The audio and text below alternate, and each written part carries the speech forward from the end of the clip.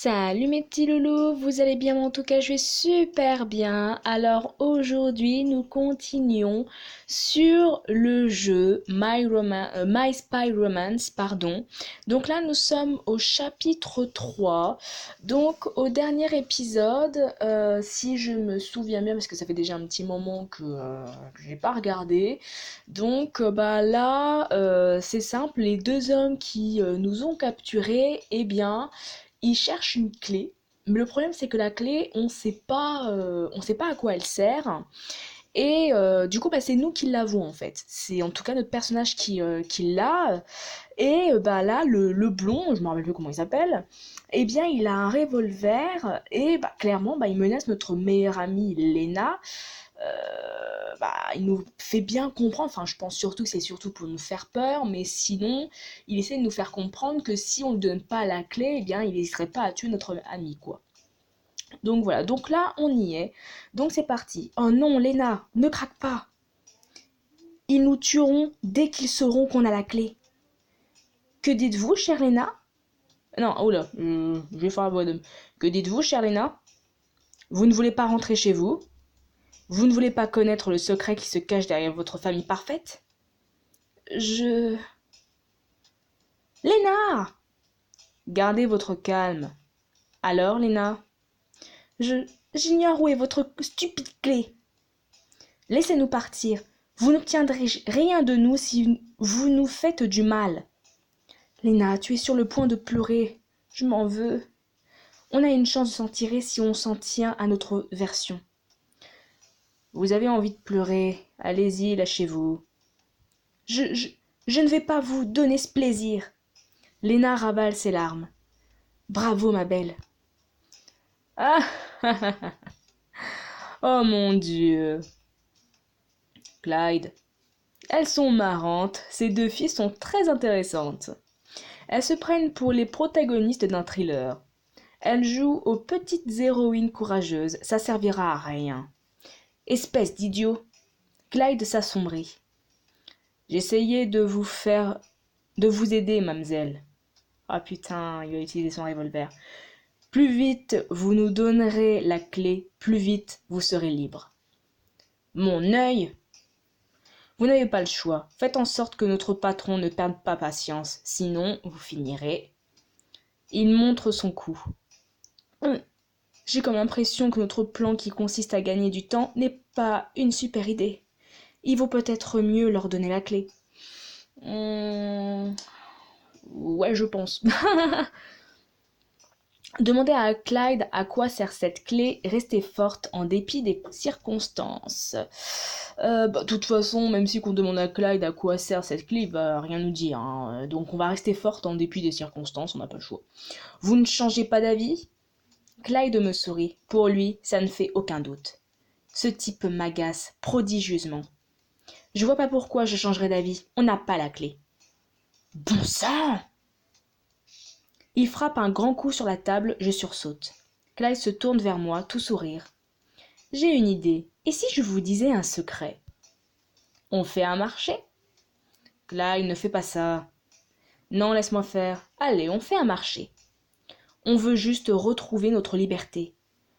On peut vous la donner, ainsi qu'une histoire époustouflante. Je vais vous dire pourquoi on a besoin de la clé. Bien, et si on s'asseyait dans un endroit plus agréable? Asseyez-vous, on en est-il-nous? Où n'en est-il-nous? Ah oui, la clé. Il y a quelques années, une équipe de spécialistes clandestins a mis au point un projet top secret. Des experts en marge de la société avaient l'intention de créer un objet qui changerait le monde, une bombe. Et tu crois vraiment qu'une bombe, ça peut changer le monde, toi? Une bombe? Pas n'importe quelle bombe. Une particulièrement puissante, une bombe unique. Ouais, qui peut faire exploser l'univers, quoi. Des investisseurs de tous bords se sont penchés sur le projet. Des politiciens et des mafieux pour la plupart. Un conflit larvé a éclaté. Du sang a été versé, le projet a été abandonné. Une poignée de membres ayant survécu sont au courant de son existence. Nous avons besoin de cette bombe, mais elle est si énorme et fixée de façon si complexe qu'au fond de l'océan, qu'on ne peut pas la retirer. Et alors, qu'est-ce que la clé vient faire là-dedans? Cette carte indique la position d'une chambre secrète contenant le système de mise à feu de cette bombe. Si on arrive à y accéder, c'est comme si on avait virtuellement la bombe entre les mains. Vous voulez dire que tout ça, cette effusion de sang, c'est à cause d'une bombe ignoble? Il ne s'agit pas de n'importe quelle bombe, c'est l'une des bombes les plus puissantes dans l'histoire de l'humanité, non créée par des gouvernements. Tu crois que ça devrait nous rassurer, toi? Wesh, ça me donne encore moins envie de donner la clé, hein. C'est-à-dire, ça veut dire qu'on détiendrait le pouvoir sur les gouvernements à l'échelle mondiale. Ça me donne encore moins envie de te redonner la clé. Elle est si puissante que ça? La bombe est assez puissante pour causer de sérieux dégâts à l'échelle planétaire. Les pays avoisinants seraient rayés de la carte dans un rayon de... Il encercle une portion de la carte sur son téléphone, notre gorge se serre. C'est terrible! Le monde disparaîtrait! Pas vraiment, cette zone serait endommagée. La zone centrale du cercle serait complètement rayée de la carte. Ouais. Les zones voisines subiraient les dommages collatéraux. Des pertes humaines, l'espèce humaine se remettra. Ouais, d'accord. Ouais. Donc, tu es vraiment en gros colère, en fait, toi. Mais des innocents perdront la vie. Eh, on va pas non plus anéantir la planète entière. C'est une monnaie d'échange. Vous êtes maligne, c'est vrai. C'est notre atout. Les dommages potentiels créeront le plus grand déséquilibre économique de tous les temps. La politique et la religion seront affectées, le pouvoir basculera. C'est souhaitable pour personne. Mais alors, tout ceci n'est qu'un subterfuge? Tout dépend si on parvient à nos fins. Wouah, c'est chaud quand même. Cette pièce est équipée d'une cuisine, c'est astucieux. On peut préparer nos repas quand on veut. Je pense qu'ils en ont marre de nous faire à manger. Ils perdent patience. Tu crois que c'est vrai, cette bombe? Ils peuvent nous raconter ce qu'ils veulent. De toute façon, ils vont nous éliminer. Ils ne risquent rien à tout nous raconter. Tous les mêmes, chacun voit midi à sa porte. Mieux vaut anéantir toute la planète si le monde est pourri à ce point. C'est pas vrai! Tu es la femme la plus généreuse que je connaisse. Je suis pas aussi gentil que tu veux bien le croire, Léna. J'ai failli tout leur dire au sujet de la clé. Ta réaction est normale, et moi alors, j'ai failli craquer sous la pression. T'es pas comme ça, Léna. Tu vois, tout le monde n'est pas méchant. J'espère que tu as raison. Léna finit par s'endormir. Je suppose que toutes ces informations l'ont épuisée. Je bâille. Je suis épuisée, mais j'arrive pas à dormir. On frappe doucement à la porte. Ce ne peut être qu'une seule personne pour frapper aussi poliment. J'ouvre la porte. Qu'est-ce qu'il y a? Il est minuit passé. J'ai pensé que vous éprouviez des difficultés à vous endormir. Je vous ai apporté du lait chaud. Et on dirait que votre ami arrive à se reposer. Il me tend une tasse. En guise d'excuse pour les détails perturbants. Asher prend une chaise à la table de la cuisine. Je m'assois à côté de lui. Franchement, moi je dis, bois pas. C'est étrange. Je me sens à l'aise en compagnie de cet homme dangereux. J'espère que vous ne nous prenez pas pour d'impitoyables meurtriers. Si. Si. Vous êtes quoi alors? Ce que vous faites est nécessaire. On s'écarte parfois du droit chemin. On ne peut pas toujours tout résoudre par les moyens légaux. Dans une certaine mesure, vous êtes un utopiste? C'est quoi ça? Peut-être. C'est pas le cas de votre ami. Clyde est perturbé. Il a eu une enfance et une éducation totalement différentes. Mais il poursuit les mêmes idéaux. C'est-à-dire les mêmes que tout un chacun. Paix, justice, égalité, rien d'extraordinaire. Ah, tu crois vraiment que faire exploser l'univers, ça peut faire la paix, la justice et l'égalité, toi? Y a rien de tout, t'as aucune justice, t'as aucune égalité, t'as aucune paix. Tu risques de tuer toute l'humanité, toi. On fait comme on peut. L'homme est un loup pour l'homme. Les plus forts, les plus rapides, les plus riches l'emportent toujours. Les moins forts, les plus insignifiants n'ont pas droit au chapitre. À nous d'y remédier. Personne ne vous écoute si vous n'avez aucun pouvoir. Notre organisation crée un changement du changement, pardon, en utilisant nos propres moyens, afin que nos gouvernants nous écoutent. C'est un discours de terroriste. Peu importe le terme. Ce monde pourri doit changer. Un point, c'est tout. Asher est sérieux. Pourri, c'est exactement ce que j'ai dit. Cet homme et moi avons un point en commun. Je vous suggère de coopérer. C'est un avis personnel. Nous ne vous ferons aucun mal. Je ferai tout ce qui est en mon pouvoir pour vous protéger, vous et votre ami, si vous coopérez. Sinon, je ne pourrai rien faire. Vous êtes dans une prison dorée. Vos vies sont entre les mains de l'organisation. Je n'ai aucune envie d'avoir du sang innocent sur les mains. Détruire l'humanité, tu crois qu'il y aura pas de sang innocent, toi? Pourquoi s'inquiète-t-il autant? Par esprit de justice, à moins que ça cache quelque chose, je me demande. Ça va à l'encontre de ma fierté et de ma dignité, mais si je l'embobinais, afin qu'il nous relâche. Demandez gentiment à Asher de nous libérer, laissez passer votre chance. Non, pas envie. Je l'aime pas. Non, c'est impossible. Il est trop malin pour envisager de nous relâcher. J'imagine que vous mijotez quelque chose. Écoutez mon avis. Arrêtez ça maintenant. Immédiatement, pardon. Je mijote rien du tout. Je réfléchissais à la situation dans laquelle on s'est fourré. C'était censé être un voyage pour la fin de nos études, pour fêter le nouveau chapitre de notre vie. Parfois, la situation nous échappe. On dirait qu'il parle pour lui. Je me demande comment il s'est retrouvé là. Je regarde le sol, je réfléchis. Vos principes est-il vraiment nécessaire de mettre le monde en danger?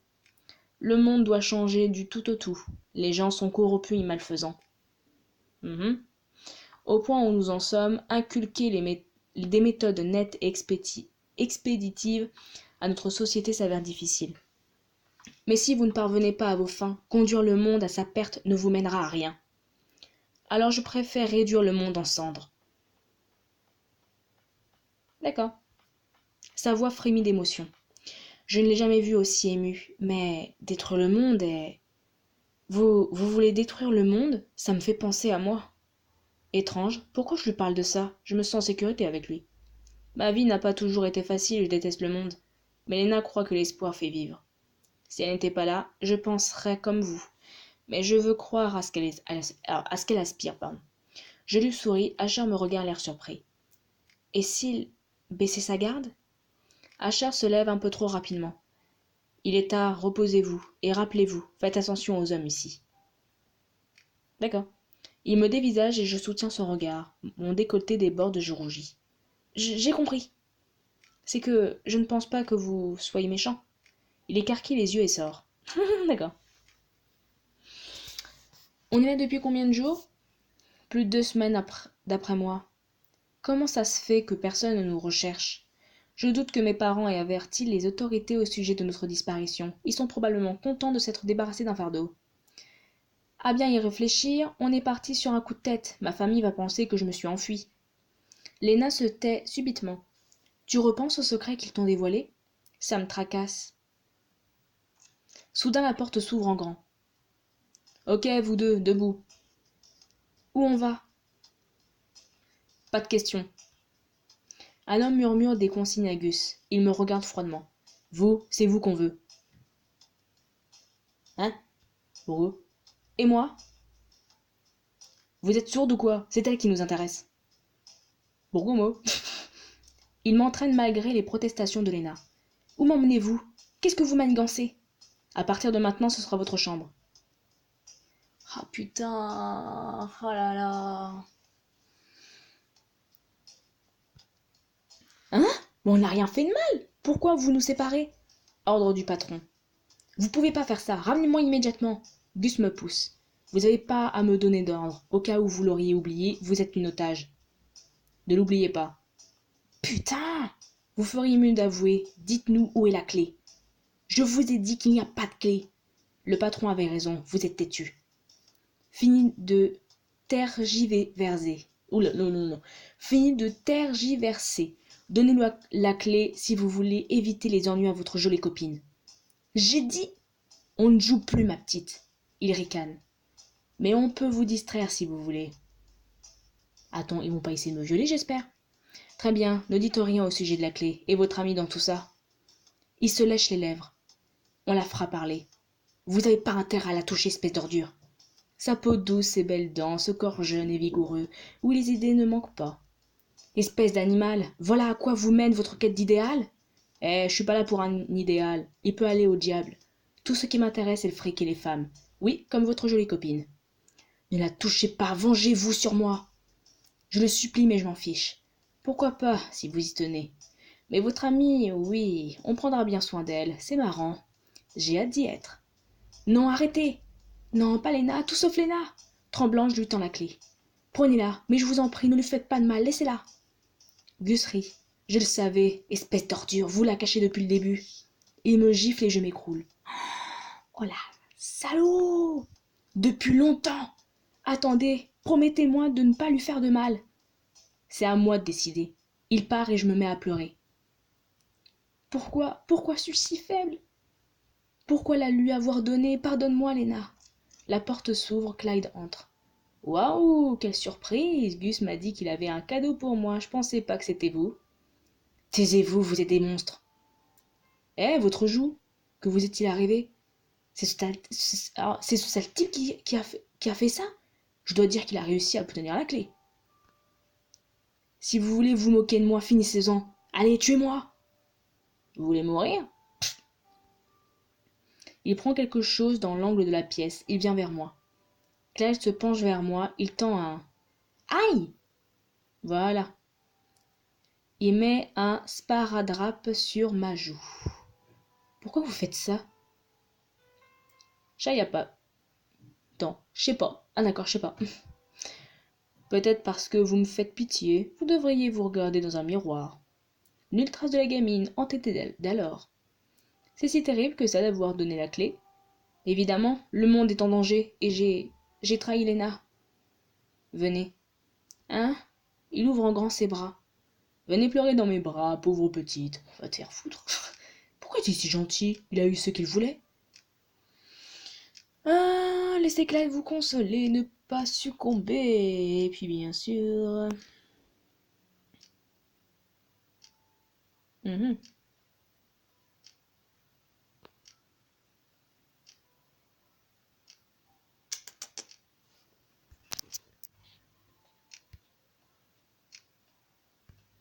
Comme ça, j'ai besoin de plus de points. Ah d'accord.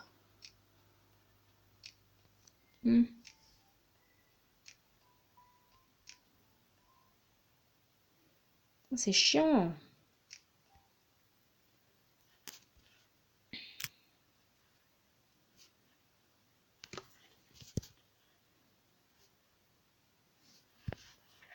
Ah, attendez. Voilà, donc, alors on va mettre les éclats et vous consoler, parce que je l'aime bien, lui. Au diable de la fierté, je me précipite dans ses bras. Clyde a l'air surpris, mais ne me repousse pas. Pourquoi suis-je aussi bête? Pourquoi n'ai-je aucune volonté?